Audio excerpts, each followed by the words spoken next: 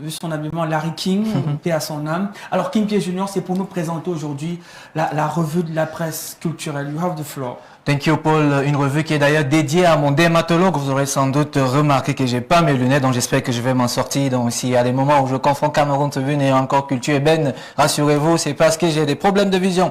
Vraisemblablement, on va commencer cette revue qui se présente notamment avec en toile de fond Cameroun Tribune, Culture Ébène, et puis on fera un tour également à Cameroun Web. Vous avez sans doute remarqué qu'on parlera beaucoup de Cameroun aujourd'hui. On marquera également un arrêt du côté des États-Unis avec un film hommage à celui alors qui était du côté notamment du Congo. Si je vous disais Mohamed Ali, ça vous dirait certainement quelque chose. Hier, c'est célébré la journée des archives.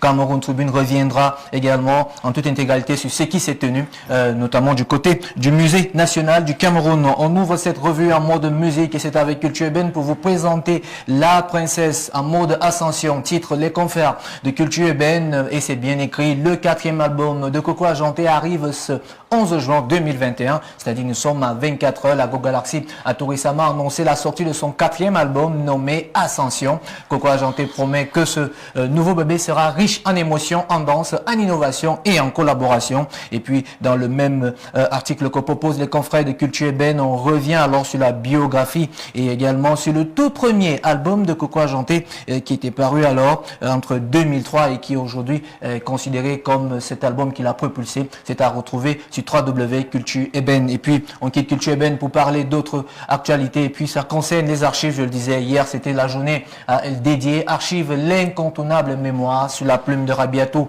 Mama, renforcer les archives au Cameroun en situation de crise pour une meilleure gouvernance. Tel était le thème retenu au niveau national pour marquer une empreinte forte de la 3e édition de la Semaine internationale des archives. Il y a le ministre des Arts et de la Culture que vous pouvez voir ici en image a également tenu un discours à propos dans sa déclaration faite hier à Yaoundé dans le cadre du lancement de la Semaine des archives. Le ministre a relevé l'importance du patrimoine archiviste, voilà que j'y arrive. Et puis également dans ce même article, vous aurez différents avis qui sont donnés dans un contexte socio-politique et économique particulièrement difficile à cause des crises qu'a connu le Cameroun de par le caractère traversal. Les archives sont principalement au service de la démocratie, de la bonne gouvernance et de la bonne prise de position. Intégralité d'articles à retrouver dans le journal bilingue de Marie-Claire Nana. On quitte des archives pour parler d'autres actualités dans ce domaine-là. Et puis, vous savez, entre les archives et également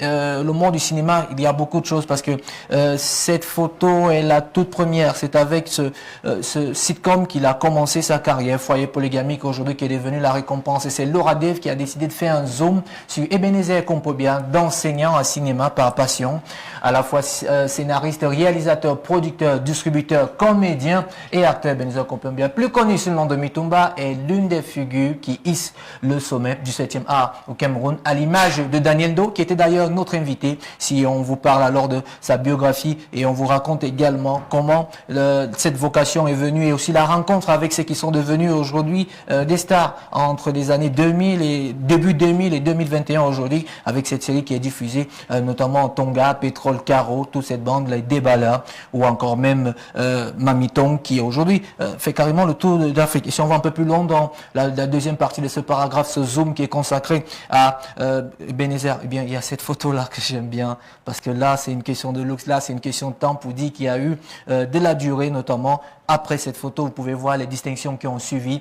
Il s'agit ici de Mamiton, Mintumba et Big Mop. Certainement, quand il voit ces photos aujourd'hui, il doit avoir du rire aux larmes. Et pour Thierry Tamac, qui s'est également confié cet article, il dit « Sa grandeur vient surtout de son humilité, sa détermination à produire un contenu de plus en plus intéressant. » Je puis vous assurer que ce zoom fait par la consoeur Laura Dave et surtout par ce jeune stagiaire est un véritable régal. Très bon papier qui vous relate alors l'histoire, l'ascension de ce réalisateur. On quitte lauradev.com pour certainement revenir sur les colonnes de papier presse et c'est avec cette distinction, puisqu'on reste toujours dans le monde du cinéma. Hommage à Douala Toto, un nom qu'il faut retenir. L'article porte la signature de Maïmnatou Bouzaka.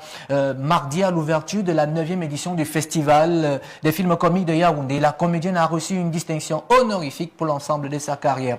La ville de Yaoundé, depuis le 8 juin dernier, sous le feu des projecteurs, non pas seulement seulement à la faveur de la 24e édition du championnat d'Afrique des Nations de handball, mais aussi à l'acte 9 du festival international des films d'humour et d'images comiques Festico. Le hasard a voulu que la capitale accueille les deux événements et surtout que cette distinction soit remise à cet artiste. Comme quoi, la comédienne Douala Marthe Toto, la reine des plateaux et des planches, a reçu le premier prix saluant sa longue et riche carrière, vieille de plus de 40 ans dans le monde du 7e art et aussi le monde du théâtre. Très bon papier que je vous recommande de lire et surtout de découvrir cette dame que tout le monde considère d'ailleurs comme un modèle et comme un exemple dans le 7e art, Made in 237. Restons toujours dans Cameroun Tribune, notamment avec d'autres actualités. Eh bien, ça, c'est un arrêt. C'est vrai qu'en lisant cet article, j'ai cherché le nom de Donald Anouza, notre rédacteur en chef. J'ai également cherché celui d'Albertine Bichaka, qui sont ceux qui sont les patrons du 20h. C'est ce que nos confrères ont décidé de présenter. Journaux télévisés, le match du 20h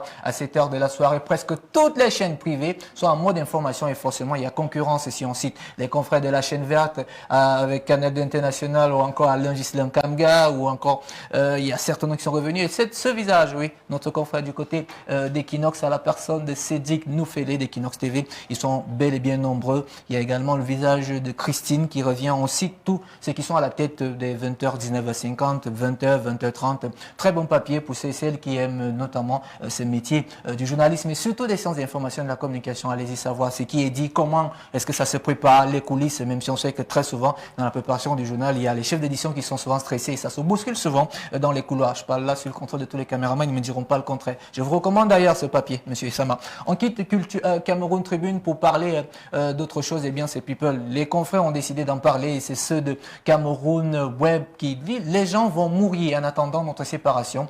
Francis Beba, le mari de Coco Emilia. Les attaques et les commentaires jugés parfois déplacés sur le mariage du 10 avril dernier au golfe du côté Yaoundé ne touche pas seulement à Coco Emilia, mais prend plaisir à répondre aux internautes congolais ou camerounais. Nos confrères ont décidé de présenter alors d'où est parti notamment ce constat qui fait ce qu'aujourd'hui il reçoit des injures, même si beaucoup pensent qu'une partie du mariage n'est pas encore terminée. Francis Bemba répond aux internautes sur son compte Snapchat à propos de son mariage à Coco Emilia. Eh bien, il y a ce paragraphe qui me fait beaucoup rire.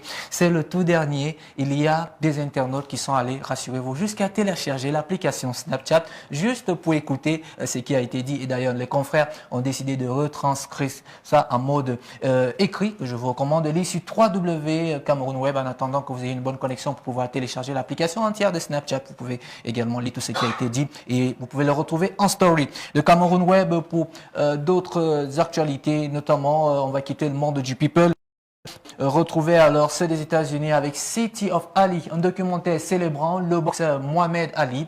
Eh bien, c'est ce visage-là, même si certains d'entre vous ne le connaissent plus, si vous avez déjà eu à regarder le film qui a été notamment représenté par Will Smith, lorsque Mohamed Ali meurt il y a 5 ans, il est connu pas comme un champion de la boxe, mais comme une star planétaire qui a su mettre son image au service de ses combats. C'est ce que montre le nouveau documentaire que je vous demande de lire. Et notamment, il y a ces enfants qui pensent que si notre père vivait encore, à coup sûr, il aurait fait partie du mouvement Black Lives Matter, comme quoi tout le monde commence déjà à adhérer à ce mouvement. On pense qu'à travers les valeurs qu'il a eu à défendre, monsieur, à travers également la positivité qu'il incarnait de ce mot que tout le monde n'aime pas beaucoup, le mot black, c'est à retrouver dans ce documentaire que je vous recommande surtout de regarder. Et certainement, il y a un épisode qui vous plaira, c'était son arrivée du côté de la République démocratique du Congo, si je ne me trompe, et qui est devenu Esaïe, qui est devenu République démocratique du Congo, et ce combat, alors que la télé faisait encore ses débuts. C'est très passionnant ce papier. Je vous recommande surtout de lire. C'est à retrouver sur www.africanews.com. C'est d'ailleurs avec ce dernier article qu'on va conclure cette revue tout en vous proposant notamment des ouvrages certainement qui vont aller avec l'actualité. J'en ai choisi 2. Vous pouvez les retrouver. Ils sont disponibles que ce soit sur Amazon ou sur version PDF.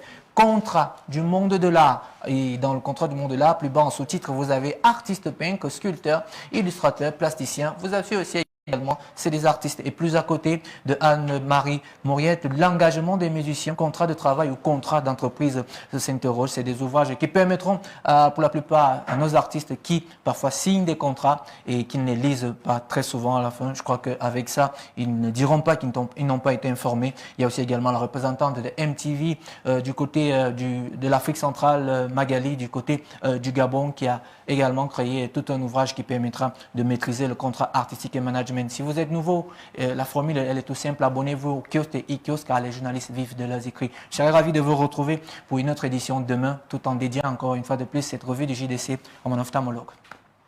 Merci beaucoup, Kim.